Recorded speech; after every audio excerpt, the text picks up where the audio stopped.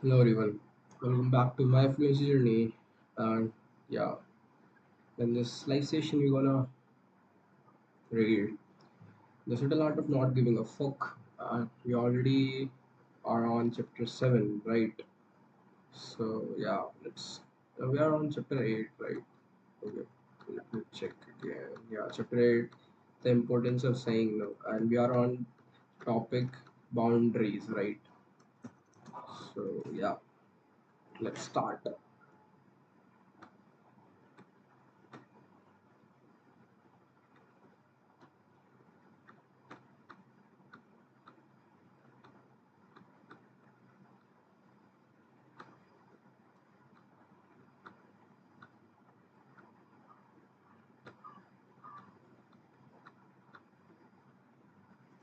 Once upon a time, there were two youngsters. There were two youngsters, a boy and a girl. Their families hated each other, but the boy snuck in their party, hosted by the girl's family because he was kind of a dick.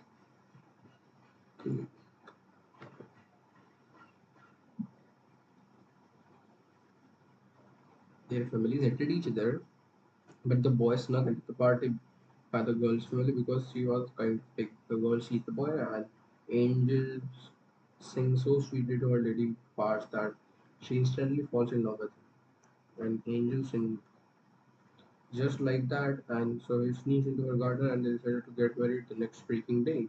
Because that's actually practical, especially when your parents want to murder each other, jump ahead a few days. They always find out about the marriage and throw a shit fit. Mercutio dies. The girl is so upset that she drinks a potion that will put her to sleep for 2 days. But unfortunately, the young couple isn't learn the ins and outs of good martial communication yet, and the young girl totally forgets to mention something about it to her new husband. The young man therefore mistakes his new wife's self-induced coma for suicide. Self-induced coma for suicide. He then totally loses his marbles and he commits suicide, thinking he is going to be with her in life or some shit. But then she wakes up from her 2 day coma. Then her new husband was committed suicide. So she has the exact same idea and killed herself too. The end.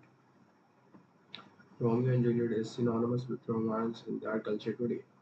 It is seen as the love story in English speaking culture, an emotional ideal to live up to. Yet, when you really get down to what happens in the story, these kids are absolutely out of their fucking minds and they just kill themselves to prove it. It's suspected by many scholars that uh, Shakespeare wrote Romeo and Juliet not to celebrate romance but rather to satirize it. Satirize it to show how absolutely nutty it was. Satirize.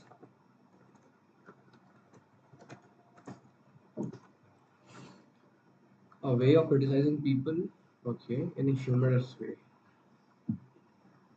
He didn't mean for the play to be a glorification of the love. In fact, he meant it to be a positive, big flashing neon sign, but blinking keep out with police tape around it saying, "Do not cross."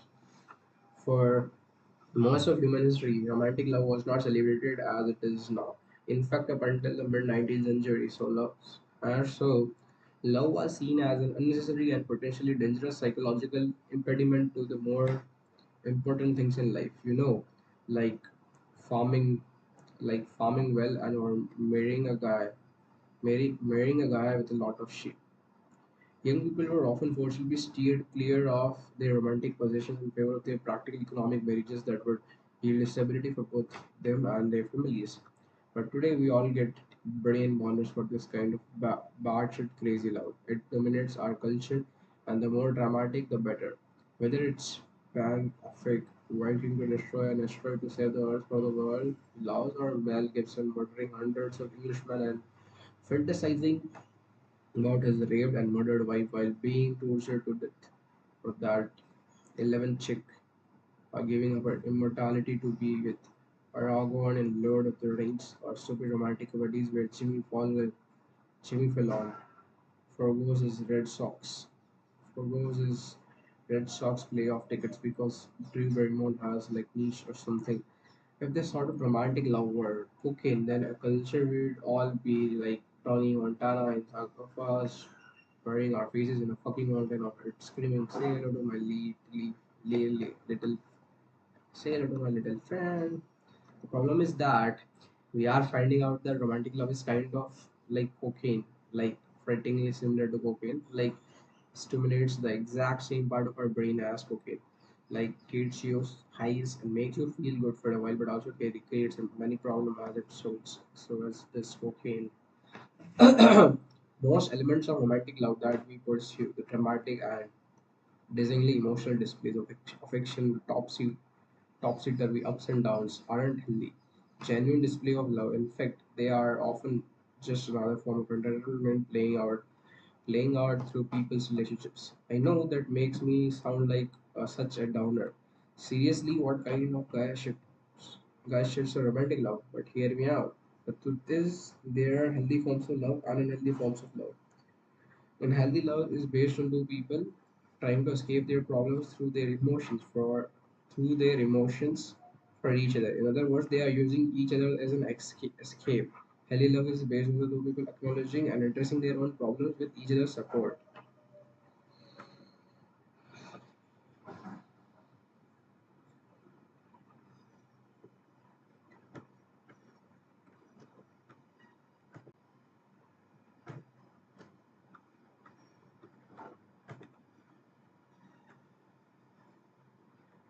The difference between a healthy and unhealthy relationship comes down to two things: how well each person in the relationship accepts responsibility and the willingness of each person to both reject and be rejected by their partners. Anywhere there is an unhealthy or toxic relationships, there will be a poor and porous sense of responsibility on both sides, and there will be an inability to give or receive rejections. Wherever there is healthy and loving living, wherever there is a healthy and loving relationships, there will be clear boundaries between the two people and their values. There will be an open avenue of giving and receiving rejection when necessary. By boundaries, I mean the delineation. By boundary, I mean delineation between two people's responsibility for their own problems. People in a healthy relationship with strong boundaries will take responsibility for their own values and problems and not take responsibility for their partner's values and problems. People in a toxic relationship with poor or no boundaries will regularly avoid responsibility for their own problems and take responsibility for their partner's problem. What do poor boundaries look like? Here are some examples. You can't go out with your friends without me. You know how jealous I get. You have to stay home. You have to stay home with me. My coworkers are idiots. They always make me late to meeting because I have to tell them how to do their jobs. I can't believe you made me feel so stupid in front of my own sister. Never disagree with me in front of her again. I love to make that job in Milwaukee, but my mother would never forgive me for moving so far. Never forgive me for moving so far.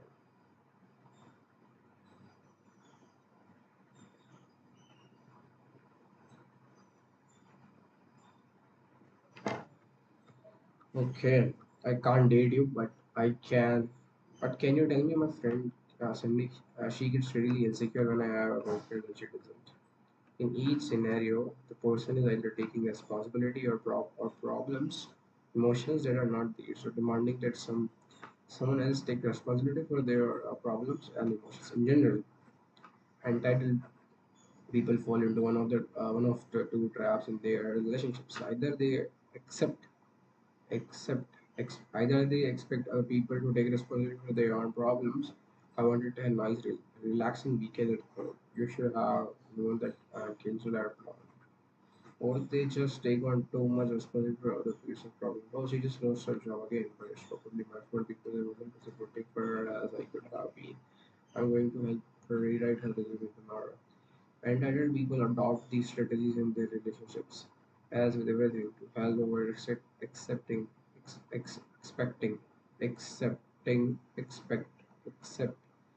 expect, accept, accepting responsibility for their own problems. As a result, their relationships are fragile and fake, products of avoiding interference rather than embracing a genuine relationship. And adoration of their partner. This goes not just for romantic relationships, by the way, but also for family relationships and friendships. An overbearing mother may take responsibility for every problem in her children's life. Her own entitlement that encourages an entitlement in her children as they grow up to believe other people should always be responsible for their problems. This is why the problems in your romantic relationship always yearly resemble the problems in your parents' relationships. When you have murky areas of responsibility for your emotions and actions, areas where it's unclear who's responsible for what, whose fault is what, why you are doing what you are doing. You never develop strong value for yourself. Your only value becomes making your partner happy, and your only value becomes your partner making you happy. This is self-defeating. Of course, any relationships characterized by such murkiness usually go down like the Hindenburg with all the drama and the firework. People can't solve people can't solve your problems for you, and they shouldn't try because that won't make you happy. You can't solve other people's problem from either because that likewise won't make them happy.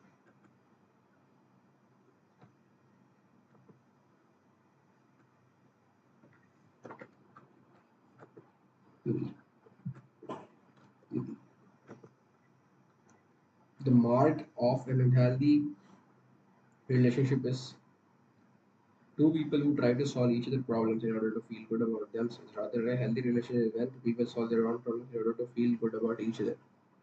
The setting of proper boundary doesn't mean you can't help or support your partner or be helped or supported yourself. You both should support each other, but only because you choose to support and be supported, not because you feel obligated or entitled.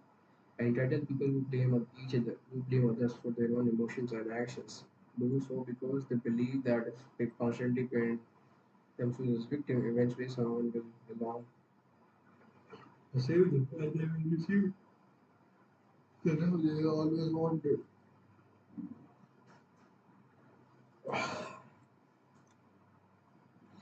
Entitled people who take the blame for other person's emotions and actions do so because they believe that it's if they fix their partner and save him for they will receive the love and appreciation they have always wanted. These are the yin and yang of any toxic relationships. The victim and the saver, the person who starts fire because it makes you feel important, and the person who puts on the floor makes it because it makes him feel important. These two type of people are drawn strongly to one another and they usually end up together. Their pathologies match one another perfectly. Often they are grown up with the parents who each exhibit one of these traits as well. So their model for a happy relation is one based on entitlement and poor boundaries.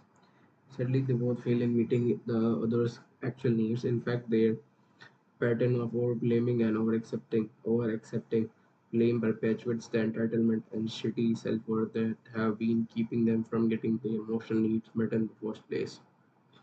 The victim the victim create more and more problems to solve, not because additional real problems exist, but because it gets her attention and affection she craves. The saver solves, and not because she actually cares about the problems, but because she believes she must fix others' problem in order to deserve attention and affection for herself. In both cases, their intentions are selfish and conditional, and therefore self-sabotaging and genuine love is rarely experienced. Okay.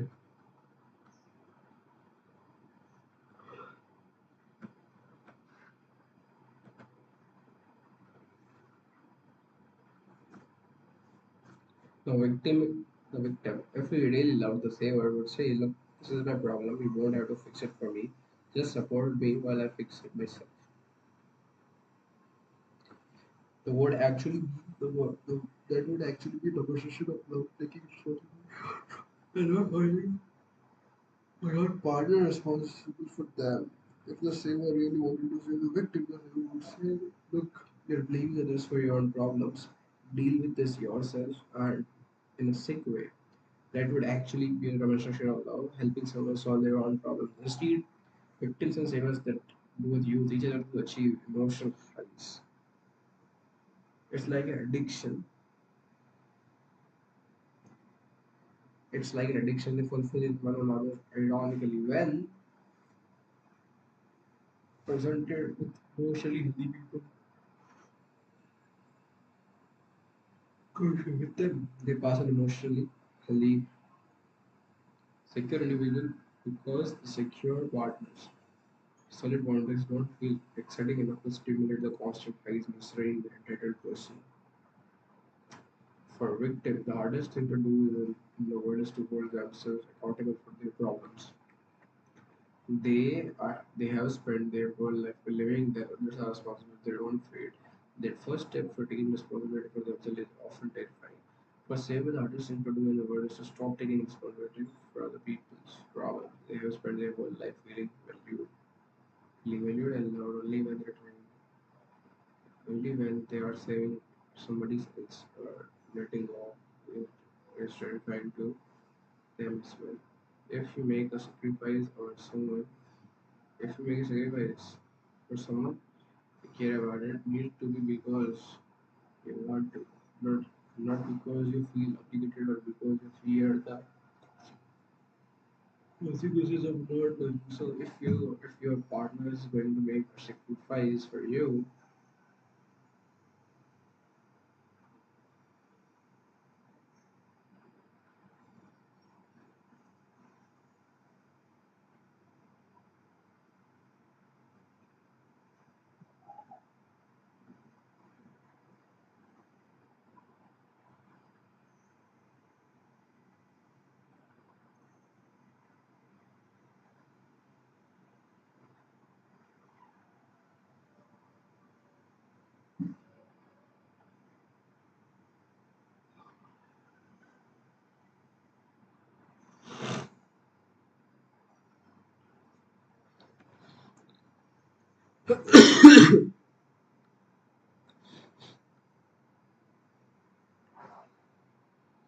for a victim, the hardest thing to do in the world is to hold themselves accountable for their words. Okay, yeah.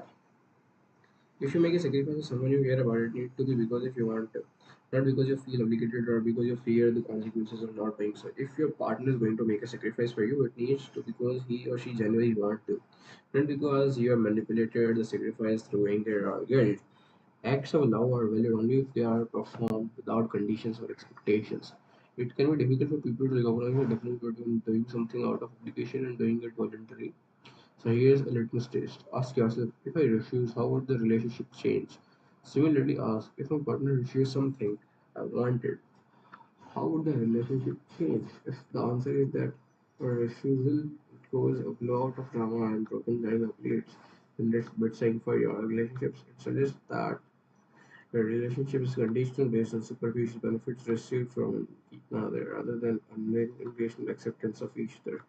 People with strong boundaries are not afraid of a temper tantrum in argument or getting hurt. People with weak boundaries are terrified of those things and will constantly mold their own behaviors to fit the highs and lows of their relational emotional roller coaster. People with strong boundaries understand that it's unreasonable to expect two people to accommodate each other 100% and fulfill every need the other has. People with strong boundaries understand.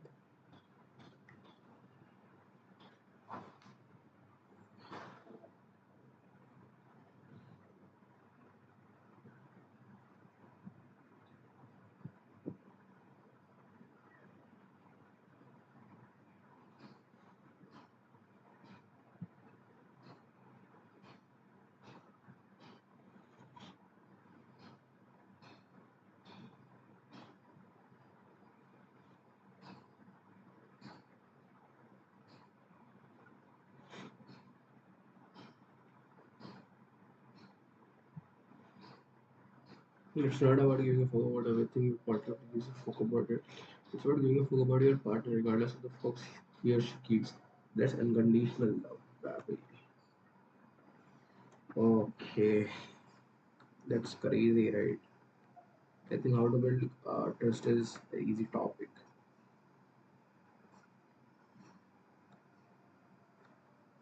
My wife is one of those women who spend a lot of time in front of the mirror.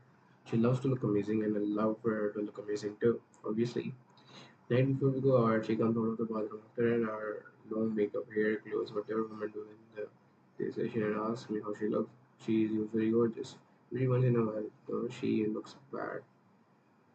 We try to do something new with her hair, or decided to wear a pair of boots that say some flamboyant fashion designer from Milan thought were romantic, great, whatever the reason, it just doesn't go.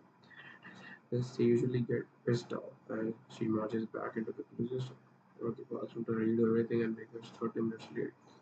She spouts a bunch of four-letter words and sometimes even slings a few of them in meta-action.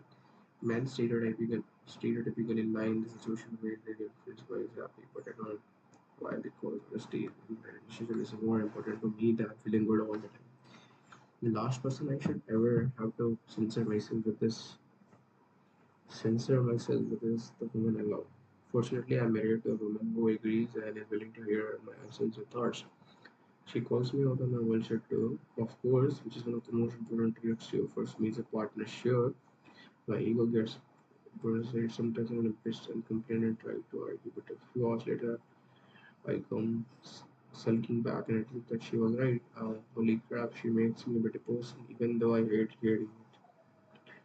When our highest priority is to always make ourselves feel good, or to always make our partner feel good, then nobody ends up feeling good.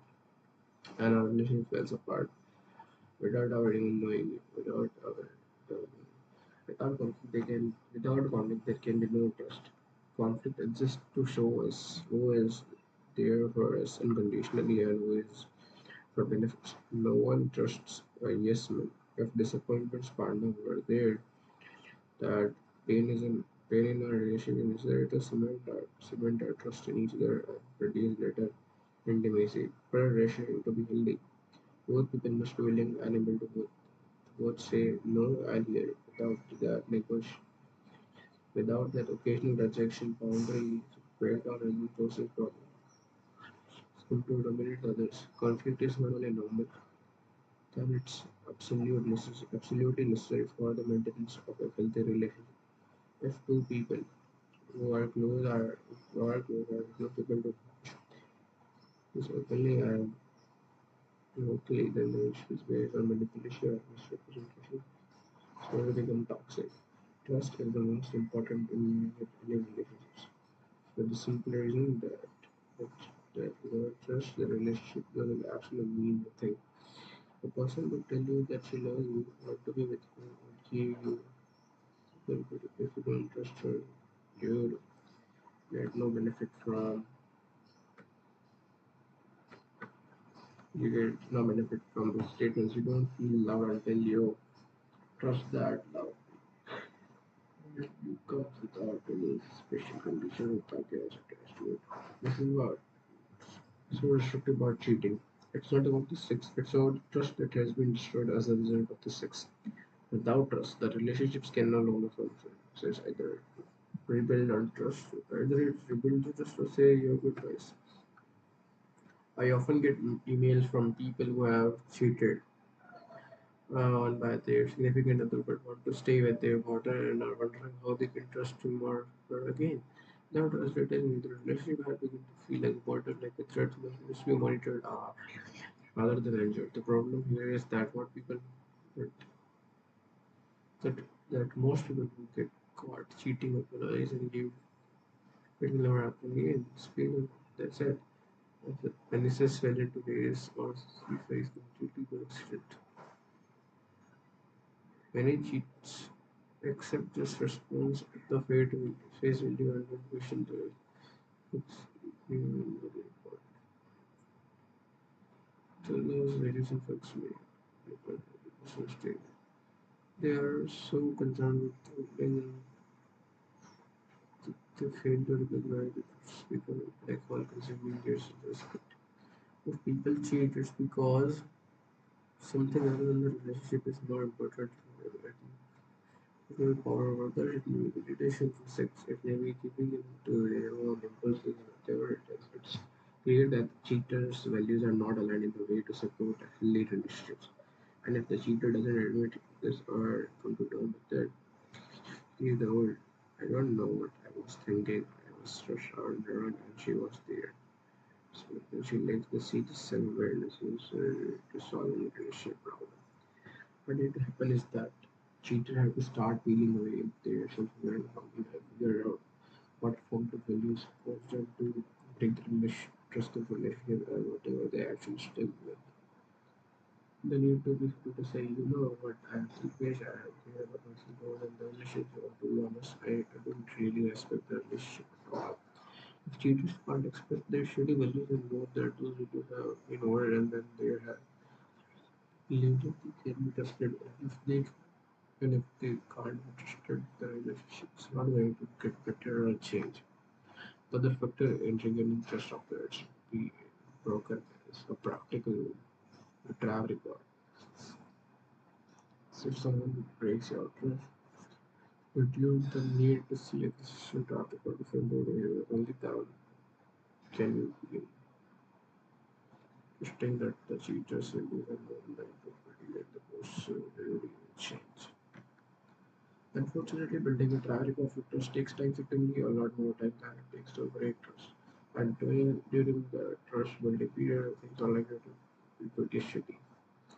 But so both people in the relationship must be conscious of the struggle they are choosing to undertake. I use the example of cheating in a romantic relationship, but this process applies to each relationship. When trust is destroyed, it can be rebuilt only if within two steps. The trust whether it means to value it more to breach the trust breaker builds a solid travel into behavior over time. Without the first step, they should not be trouble. First place, the trust is like a china plate. If you break it on some care, then you can put it back because if you break it again, it's just like another pieces and it take far longer piece to be there. If you break it more and more, then it's shit is in the Purani, so we are talking about this here. I do must test.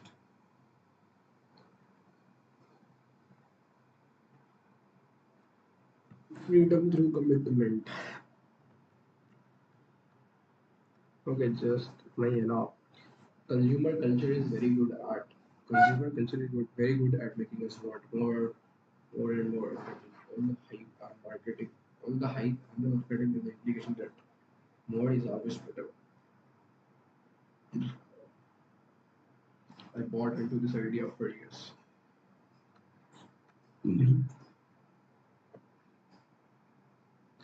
I bought this and make more money, visit more countries, have more experiences, be with more women. But more is not always better. In fact, the opposite is true. We are actually often happy with less, and when we are overloaded with opportunities and options, is a paradox of choice. Basically, the more options we are given, the less satisfied we become with whatever we choose because we are aware of all the other options potentially forfeiting. Crazy, bro.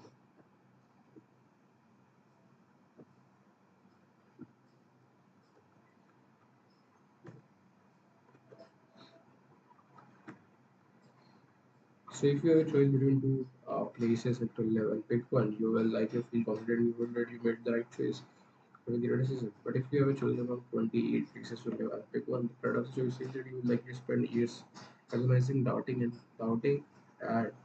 second guessing yourself, wondering if you really made the right choice. And if you're really maximizing your own happiness and this anxiety, this desire for certainty and perfection and success will make you unhappy. So what? So what do we do? Well, if you are like the I used to be, you avoid choosing anything at all. You have to keep your option open as long as possible. You avoid commitment. But while investing deeply in one person is one job, one activity, but denies all the breadth of experience we like. Pursuing the breadth of experience denies the opportunity of experience that rewards the depth of experience. And there are some experiences that you can have only when you lived in the same place for 5 years. You when you have been when you have been with same person for over a decade, when you have been within the same skill or craft for half your lifetime. Now that I am in my 30s, I can finally recognize that commitment only offers a wonderful opportunity and experience that would never be available to me no matter where I went or what I did. So when you are pursuing a wide breadth of experience, there are amazing returns to each new adventure, each new question you go through. When you have never left your home country, the first country you visit inspires a massive perspective shift because you have such a narrow experience base to draw. But when you have been to 20 countries, the 20 falls as little. And when you have been to 50, the 50 falls even less. The same goes for material possessions, money, hobbies, jobs, friends, and romantic sexual partners. All the lame superficial values people choose for themselves. The older you get, the more experience you get, and the less significantly each new experience affects you. The first time I drank at the party was exciting. The 100 times it was fun. The 500 times it felt like a normal weekend. And the 1000 times it felt like walking around in Brooklyn. And the big story for me personally over the past few years has been my ability to open myself to people. I have chosen to reject all but very best people I've experienced and I should all business project and decided to focus on writing further. Since then, my website has become more open than ever mentioned. I will make the one moment of the long fall and the surprise me have gone. It's more rewarding than me of the feelings, thrust, of thrusts, from the staff I had in the past. I have committed to a single geographic location and the full turn to the handful of a significant challenge of the adventures. And what I have discovered is something entirely counterintuitive that there is pretty much the passion and commitment. I thought in this opportunity as like visiting alternative and expression in favor of choosing to let go you matters to me. Commitment gives you the freedom because you are no longer impacted by the imperfect awareness. Give you freedom because it owns your attention and focus, directing them toward what is the most efficient at making you healthy and happy. Commitment makes Commitment makes decision making easier and removes any fear of missing out, knowing that what you already have is good enough. And why would you ever stress about chasing more and more? Again, commitment allows you to focus intently on a few highly important goals and achieve a greater degree of success than you otherwise would. In this way, the rejection of alternatives liberate us. Rejection of what does not align with our most important values without choosing methods. Rejection of the constant pursuit of breadth without breadth is the latest and desired when you are young. You have to move out there and discover what seems what mistake yourself in. But depth is where the gold is buried and you have to stay committed to something and go dig it up. That's true in relationship and career when building great lifestyle in everything.